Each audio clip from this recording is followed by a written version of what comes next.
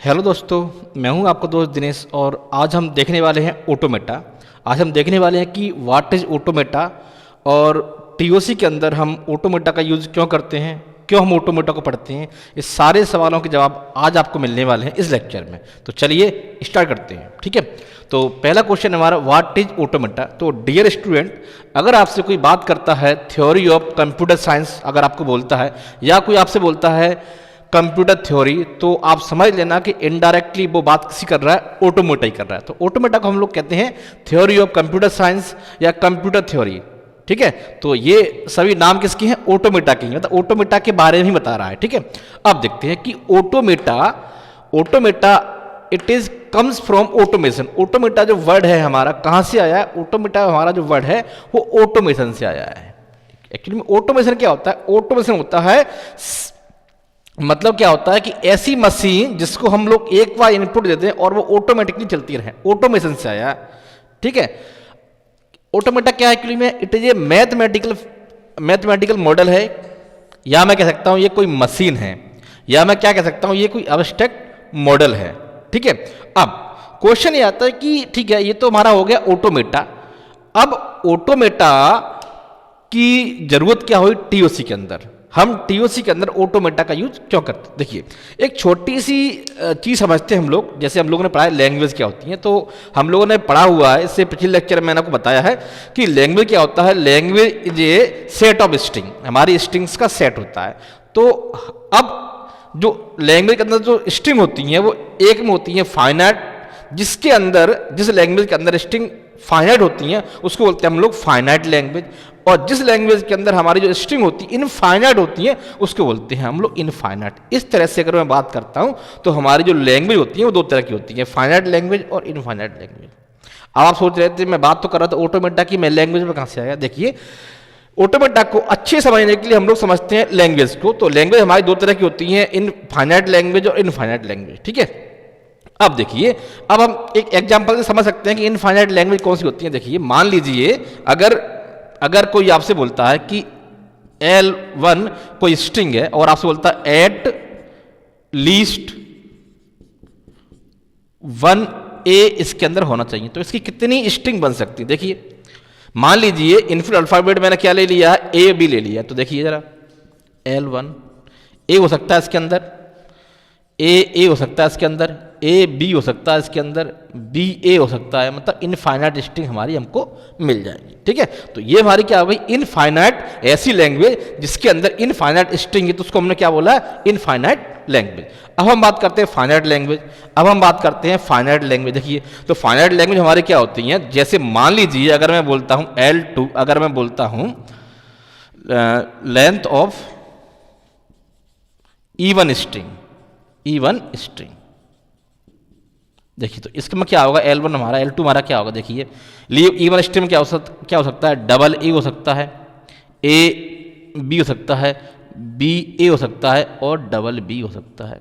देखिए, तो ये क्या हो गई? हमारी फाइनाइट हो गई। अगर किसी लैंग्वेज के अंदर हमारी स्ट्रिंग फाइनाइट है तो मैंने क्या बोल दिया इसको? Finite language. अब जरा देखिए, अब हमारा ऑटोमेटा का यूज क्या होता है? देखिए, अगर कोई आपसे पूछता है कि दी हुई स्ट्रिंग या गिवन स्ट्रिंग किसी लैंग्वेज में बिलोंग करती है नहीं करती है, तो हम उसको चेक करने के लिए यूज करते हैं हम लोग ऑटोमेटा का, ठीक है। ठीक है, ये तो बात हो गई ऑटोमेटा की। अब जरा एक और चीज देखिए, अब हम बात करते हैं ऑटोमेटा। तो ऑटोमेटा टीओसी में हमारा क्या क्या होता है? देखिए, अगर हम बात की ऑटोमेटा, अब देखिए ऑटोमेटा टीओसी हमारा क्या होता है? देखिए, टीओसी माता फाइनाइट ऑटोमेटा होता है हमारा, ये भी क्या है? हमारा ऑटोमेटा है। और टीओसी में हम देखते हैं PDA पुश डाउन ऑटोमेटा, ये भी हमारा क्या? एक ऑटोमेटा है। टीओसी हम देखते हैं LBA लीनियर बाउंड ऑटोमेटा, ये भी हमारा क्या है? ऑटोमेटा है। और देखते हैं हम लोग ट्यूरिंग मशीन, ये क्या है? हमारा ऑटोमेटा। ये सभी हमारे क्या है? ऑटोमेटा है, ठीक है। अब क्वेश्चन ये आता है, ठीक है ये तो हमने देख लिया, लेकिन फिर भी इसकी इतनी वैल्यू क्यों है?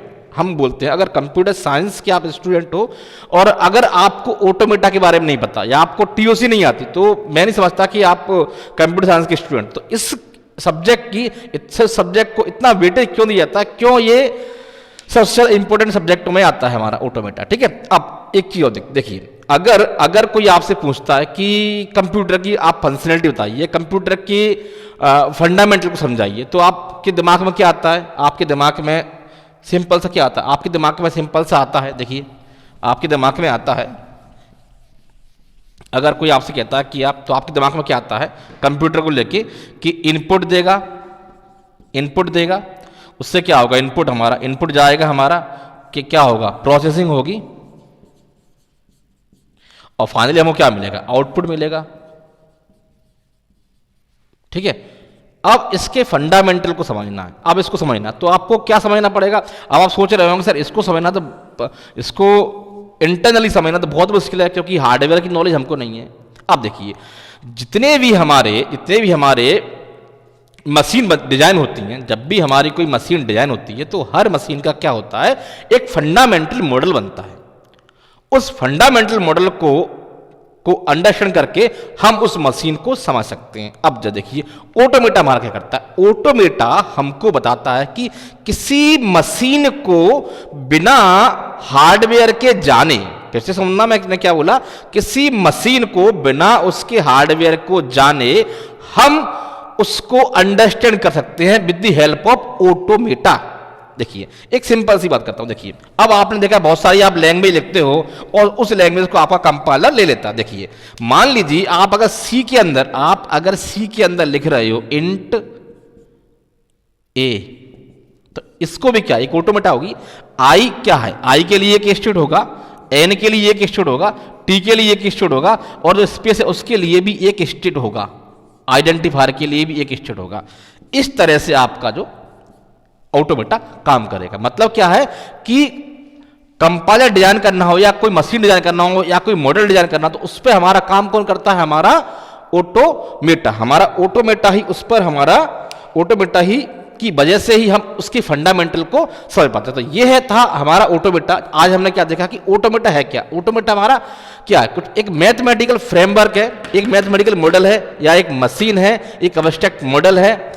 ठीक है, जिसकी हेल्प से हम लोग क्या कर सकते हैं? जिसकी हेल्प से हम लोग, बात करता हूं मैं टीओसी में, तो हम लोग पहचान सकते हैं कि अगर कोई स्ट्रिंग है किस लैंग्वेज को बिलोंग कर रही है, ये हम ऑटोमेटा की हेल्प से बता सकते हैं। और ऑटोमेटा को हम टीओसी में किस तरह से पढ़ते हैं? तो टीओसी में पढ़ते हैं हम लोग फाइनाइट ऑटोमेटा, पढ़ते हैं पुश डाउन ऑटोमेटा, और पढ़ते हैं हम लोग एलबीए लीनियर बाउंड ऑटोमेटा, और पढ़ते हैं हम लोग ट्यूरिंग मशीन। तो ये सभी क्या है? ये ट्यूरिंग मशीन, ये सभी हमारे क्या है? ये सभी के सभी हमारा क्या है? ऑटोमेटा है। अब आप सोचो ऑटोमेटा का बेस्ट एग्जांपल दूं तो क्या है? एटीएम। आपका जो एटीएम है वो क्या है? हमारा ऑटोमेटा। आपका जो कंप्यूटर है वो भी क्या है? आपका जो कंप्यूटर है वो भी क्या है? वो भी एक ऑटोमेटा है। वो भी तो क्या है? वो भी आपका एक ऑटोमेटा ही है। आपका जो कंप्यूटर है वो भी एक ऑटोमेटा ही है।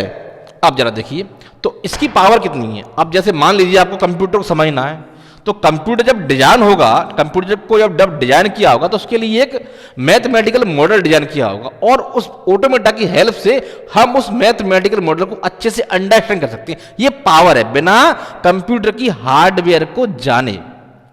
ठीक है, तो अब जो हम लोग कैसे पढ़ेंगे टीओसी के अंदर? देखिए, टीओसी के अंदर हमारा लर्निंग वे क्या होना चाहिए? देखिए किस तरह से पढ़ते हैं। देखिए, ऑटोमेटा तो हमारा सभी है, एफ ए। देखिए ऑटोमेटा तो हमारा एफ ए है, एफ ए भी हमारा क्या है? ऑटोमेटा। इसके पास देयर इज नो मेमोरी, इसके पास किसी भी तरह की कोई मेमोरी नहीं होती। क्या करता है? इसे पैटर्न को रिकॉग्नाइज करता है। अब F A plus memory, stack के रूप में मैंने एक memory they the. F A को स्टैक के रूप में मैंने एक मेमोरी दे दी। अब मेरा क्या बन गया जी? अब मेरा बन गया पुश डाउन ऑटोमेटा। ठीक है, अब जरा देखिए, अब ये ऑटोमेटा मेरा क्या था? ऑटोमेटा मेरा ओनली पैटर्न को रिकॉग्नाइज कर पा रहा था। अगर पैटर्न को ओनली रिकॉग्नाइज कर पाता, अगर मैंने ऑटोमेटा को बोला कि मान लीजिए एक स्टैक के अंदर ए बी बी, अब इसको कंपेयर करना है, कि कितने ऐसे ये स्ट्रिंग है मेरे पास ए बी बी। अब ऑटोमेटा को बोला कि मैं कंपेयर करो कितने नंबर ऑफ ए कितने नंबर ऑफ बी, तो ऑटोमेटा इस काम को नहीं कर पाएगा। क्यों नहीं कर पाएगा? कि ऑटोमेटा के पास कोई मेमोरी नहीं है। अब कंपेयर करने के लिए हमको क्या चाहिए? मेमोरी चाहिए। ठीक है, तो ऑटोमेटा इस काम को नहीं कर पाएगा। अब लेकिन अगर ऑटोमेटा को मैंने एक स्टैक मेमोरी दे दी तो क्या बनेगा, मेरा पुश डाउन ऑटोमेटा अब इजीली कर पा रहा है, अब इजीली इस काम को कर पा रहा है। दो चीजों के अंदर जो कंपेयर है वो मेरा पीडी अच्छे से कर पा रहा है। अब देखिए एफ ए प्लस 2 स्टैक,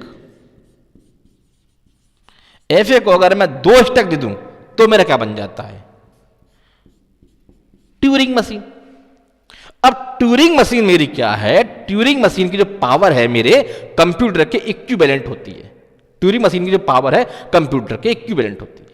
ठीक है, तो आज के इस लेक्चर में हम लोगों ने क्या समझा कि हमारा ऑटोमेटा क्या है और ऑटोमेटा की वैल्यू क्या है टीओसी के अंदर, हम टीओसी के अंदर ऑटोमेटा को इतनी वैल्यू क्यों देते हैं। ठीक है, थैंक यू वेरी मच।